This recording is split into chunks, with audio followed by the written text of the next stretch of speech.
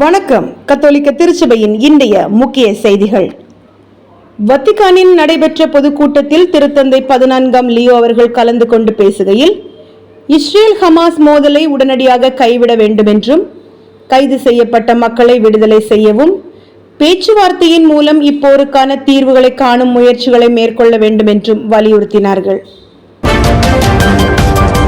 போரின் காரணமாக இடம்பெயர்ந்தோருக்கு பாதுகாப்பு அவசியம் எனவும், காசா பகுதியை விட்டு அதிக அளவில் மக்கள் வெளியேறுவதால் அவர்களுக்கு உடனடி பாதுகாப்பும் உதவிகளும் அளிக்கப்பட வேண்டும் என்றும் கோரிக்கை விடுத்துள்ளார்.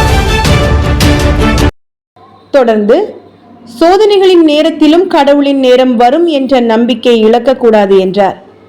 சந்தேகம் தோன்றும் தருணங்களில் கூட அமைதியுடன் கடவுளின் அருளை எதிர்நோக்கி காத்திருக்க வேண்டும் என்றும் அவர் தனது உரையில் கூறினார். கஜகஸ்தானில் நடைபெறும் உலக மத தலைவர்களின் மாநாட்டை முன்னிட்டு வத்திக்கான் மற்றும் ரஷ்யா உட்பட பல மத தலைவர்கள் இணைந்து புதிய மத உரையாடல் குழுவை அமைத்துள்ளார்கள். உலகளாவிய மோதல்களையும் போர்களையும் குறைக்கும் முயற்சியாக இது பார்க்கப்படுகின்றது.